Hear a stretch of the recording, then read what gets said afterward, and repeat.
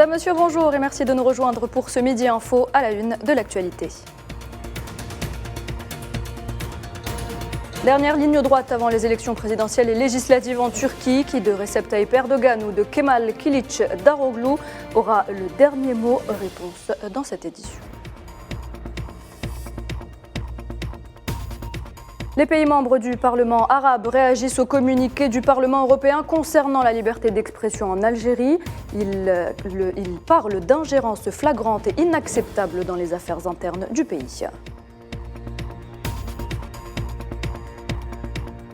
L'entité sioniste poursuit sa politique de répression et fait 2 nouveaux martyrs palestiniens dans le camp de réfugiés de Balata, à l'est de Naplouse.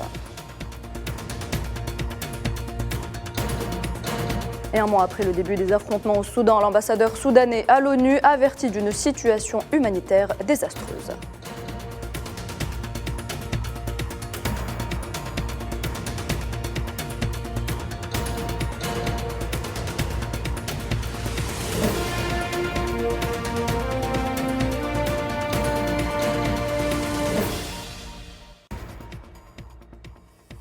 Bienvenue à toutes et à tous si vous nous rejoignez. Dernière ligne droite avant donc le scrutin décisif en Turquie. Les 64 millions d'électeurs se rendront aux urnes demain pour élire leur nouveau président, mais aussi renouveler leur parlement. Le scrutin présidentiel s'annonce des plus serrés dans ce pays. Safwan Ben Sabri.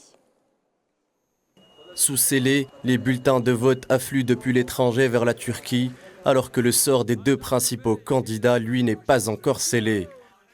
L'ambiance sur le territoire national est-elle teintée d'effervescence? Les partisans affluent pour assister au dernier meeting de leurs candidats. Les 2 hommes en ont tenu 2 chacun en 24 heures. À 24 heures de l'échéance présidentielle, l'avenir politique de la Turquie reste incertain tant les prévisions annoncent un duel serré entre les 2 hommes que tout oppose. En forme et dans le fond, les 2 candidats se distinguent, loin du style flamboyant d'Erdogan. Kemal Kılıçdaroğlu est l'antithèse du président turc. Il se distingue par son caractère plus réservé, à l'image de son ascension politique relativement discrète. Sur le fond, rien ou presque ne réunit les 2 hommes. Le président sortant est conservateur lorsque son concurrent promet un virage progressiste pour la Turquie. Leur opposition est à l'image du pays. Les 2 hommes parlent à 2 publics différents, unis par la même nationalité. Toujours est-il que les jeux ne sont pas encore faits. Le désistement de Muharrem İnce est venu changer la donne. Le retrait de sa candidature pourrait donner lieu à une élection sans 2e tour, au cas où l'un des candidats atteindrait la majorité absolue. Et les candidats ont tenu hier leurs ultimes meetings avant le silence électoral. Recep Tayyip Erdogan, candidat à sa réélection, a averti ses partisans du prix à payer pour le pays si son rival accédait au pouvoir. Lors des scrutins cruciaux de ce week-end, il dénonce également l'influence de l'Occident dans le déroulement de l'élection.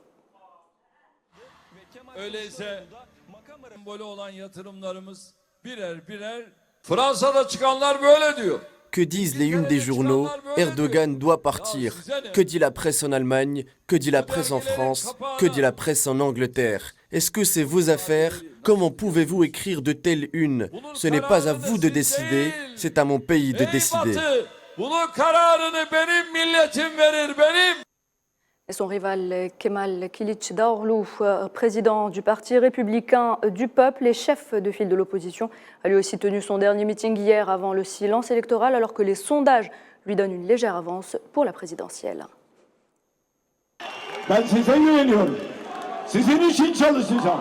Je vous fais confiance, je travaillerai pour vous, je me battrai pour vous, j'apporterai la paix, la tranquillité à ce pays.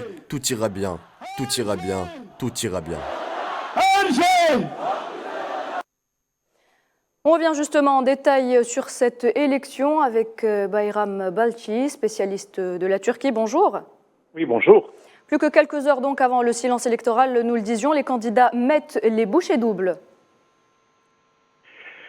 Oui, effectivement, on est entré dans le grand suspense. La grande surprise, ce sera dans quelques heures. Donc demain soir, à l'heure turque, ce sera vers 18-19 heures, on aura les résultats.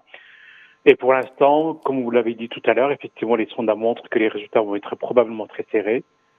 Il y a des fortes chances qu'il y ait quand même un 2e tour parce que même s'il y a un candidat qui s'est retiré, il reste quand même encore 3. Donc, avec les 3 candidats, avoir 51%, comme le suggère, l'oblige le système électoral turc. Il est difficile d'avoir 51% avec 3 candidats. Donc il y a des fortes chances qu'on s'achemine vers un deuxième tour.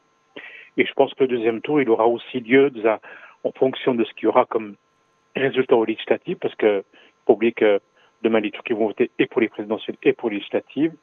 Or, les législatives sont à un tour et les présidentielles à 2 tours. Donc je pense que les résultats obtenus aux législatives auront probablement un impact, un impact sur le deuxième tour, s'il y a un deuxième tour. Et je pense qu'il y aura un deuxième tour. Très bien, alors justement, vous le disiez, on parle d'élections donc décisives pour la Turquie si on dit que ça ira jusqu'au second tour. Oui, des élections décisives. Pourquoi est-ce que cette élection, elle est réellement menaçante pour Erdogan? Est-ce qu'elle l'est réellement, finalement? Je pense que oui. Je pense que ça fait 20 ans qu'il est au pouvoir. Il a organisé combien d'élections à chaque fois, il gagnait très facilement. Mais là, cette fois-ci, tout montre que c'est compliqué. Pas seulement les sondages, parce que les sondages ne sont pas toujours fiables, mais il faut aussi voir un peu le contexte. Tous les contextes en Turquie montrent que ce sera difficile pour lui, parce que le contexte politique, le contexte économique avant tout lui est défavorable, parce que l'économie turque ne se porte pas très bien, alors qu'auparavant, il était en pleine forme, il y avait un véritable boom économique. Le séisme a eu des effets négatifs aussi sur les performances de pouvoir, parce qu'il est quand même quelque part responsable de la manière dont l'État a réagi. Apparemment, il n'a pas réagi, l'État n'a pas été très réactif. Il y a aussi le contexte politique, il est beaucoup plus contesté qu'auparavant, parce que ça fait quand même maintenant qu'il est au pouvoir, il y a une certaine lassitude. Et enfin, le contexte régional, là-dessus aussi j'insiste, c'est que le contexte régional, auparavant, aux dernières élections, était beaucoup plus tendu, donc on avait besoin d'un homme fort, autoritaire, qui est capable d'assurer la sécurité du pays.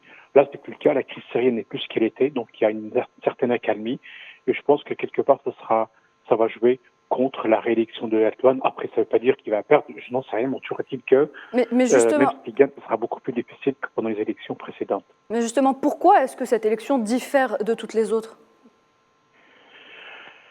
Elle diffère parce que l'enjeu est beaucoup plus crucial, c'est-à-dire que là, apparemment, en 20 ans, il y a une espèce d'accumulation des pouvoirs, on a l'impression qu'il y a une espèce de concentration des pouvoirs entre les mains d'un homme, parce que c'est un système présidentiel est assez fort, et de ce fait, c'est qu'elle diffère dans le sens où on n'a jamais eu une polarisation aussi forte, aussi intense, et de ce fait, ça va être déterminant sur les résultats.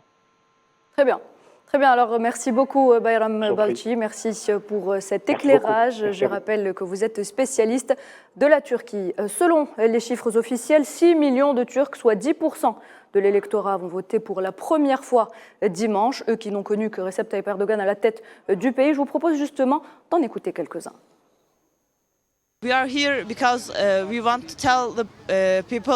Nous sommes ici pour montrer aux gens ce que Erdogan a accompli pour notre pays. Il a fait beaucoup. Nous tenons à expliquer ça aux gens. Nous le respectons et avons confiance en sa personne.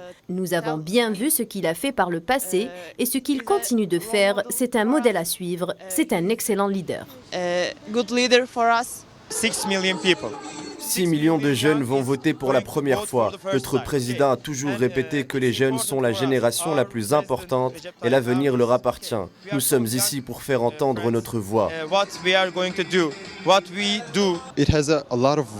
Les réseaux sociaux jouent un rôle important pour se faire une opinion. Les jeunes Turcs ne lisent pas beaucoup. Grâce aux réseaux, nous pouvons échanger et donner nos opinions et influencer les autres. Nous soutenons Kılıçdaroğlu car les dernières 20 années étaient catastrophiques et la situation économique très mauvaise et nous ne sommes pas satisfaits. Alors avec cette élection, l'heure est au bilan économique en Turquie. Le pays est rongé par une crise du pouvoir d'achat. La livre turque a perdu 200% de sa valeur face à l'euro. Un défi difficile à relever pour les candidats en lice. Alors justement, est-ce que cette élection sera un tournant pour le pays? Élément de réponse avec Relden Batash. Des chiffres qui changent à tous les instants pratiquement. À quelques heures d'un scrutin électoral décisif pour l'avenir de la Turquie, Istanbul est une ville qui vit désormais au rythme de la valeur de la monnaie locale. La chute de la valeur de la livre turque est vertigineuse. Une équation qui semble difficile à résoudre pour les 3 candidats, partis et coalitions en lice lors des élections législatives et présidentielles prévues dimanche prochain. Alors la situation économique était grave avant le tremblement et maintenant c'est plus grave. L'inflation est trop haut. L'inflation officielle que l'État a déclarée est 60 ou 70%, mais le réel c'est 2 fois plus. Nous avons pris la décision de soutenir le Parti de la justice et du développement et le président Erdogan afin de préserver l'unité de la Turquie. Nous n'avons pas posé de conditions et n'avons pas exigé de portefeuille ministériel. Nous n'aspirons qu'à une Turquie forte avec son peuple, industriellement développée et commercialement forte avec les pays islamiques. La situation économique dans le monde est très difficile, surtout après le déclenchement de la guerre en Ukraine. Il y a des candidats qui essayent d'ignorer ce qui a été réalisé en Turquie dans le domaine de l'industrie militaire, par exemple l'industrie des drones, dont les exportations annuelles s'élèvent à 2 milliards de dollars. Vendredi à Istanbul, $1 américain s'échangeait contre 21,6 livres turques. Et ce taux peut augmenter ou baisser à tout moment. L'autre problème endémique de l'économie turque qui, selon la rue, pèsera de tout son poids dans les urnes n'est autre que celui de l'hyperinflation qui frappe le pays. À Istanbul, ville touristique par excellence, cela se ressent dans chaque catégorie de produits, à commencer par les produits de large consommation, les transports mais également les services où l'on dépasse gaiement les 60% selon les chiffres de l'Institut des statistiques turques pour le mois d'avril 2023. Et alors que les commerçants craignent que cela impacte durablement le niveau de la consommation, nombreux sont les Stambouliotes d'ici qui disent vouloir faire de l'économie et de ce que contiendra leur bourse l'unique curseur qui orientera leur vote dimanche prochain. Herdin Batash est notre envoyé spécial à Istanbul. Bonjour Herdin. Bonjour Nouhad. Alors Herdin, on va continuer à parler économie. Relever donc l'économie de la Turquie, est-ce un défi difficile à relever donc pour le prochain président turc ?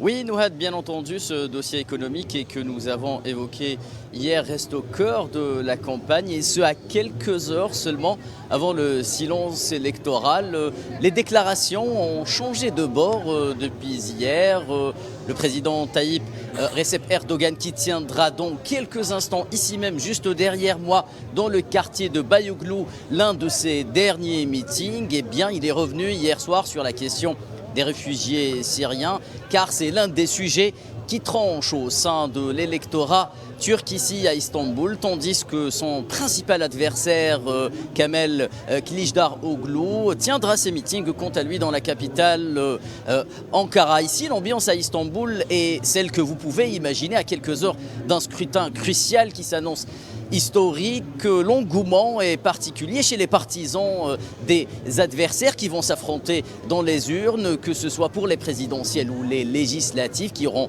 lieu demain. Mais il reste tout de même une bonne partie des indécis et des abstentionnistes que les candidats tentent coûte que coûte de rallier à leur cause durant les dernières heures de cette campagne électorale qui s'annonce, comme je le disais, décisive. Et vous évoquiez, Herdin Batash, les dernières heures donc, de cette campagne électorale. Combien d'heures exactement nous séparent de ce silence électoral ?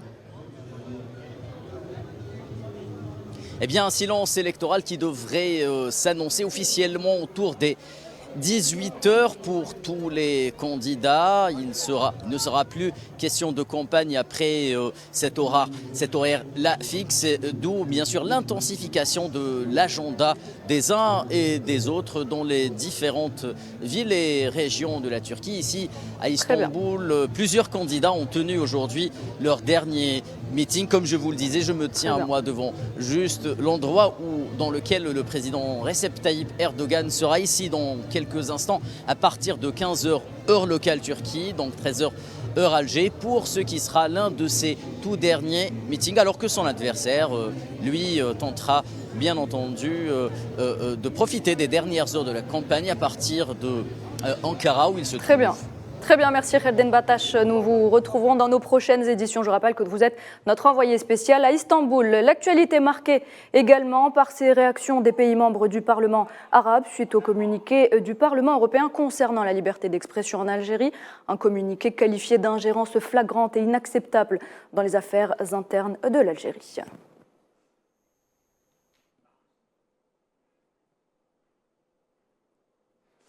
Au Proche-Orient, l'entité sioniste poursuit sa politique de répression. Ce matin, 2 Palestiniens ont été tués par balle dans le camp de réfugiés de Balata, à l'est de Naplouse, une incursion qui a également fait 4 blessés, dont 3 graves.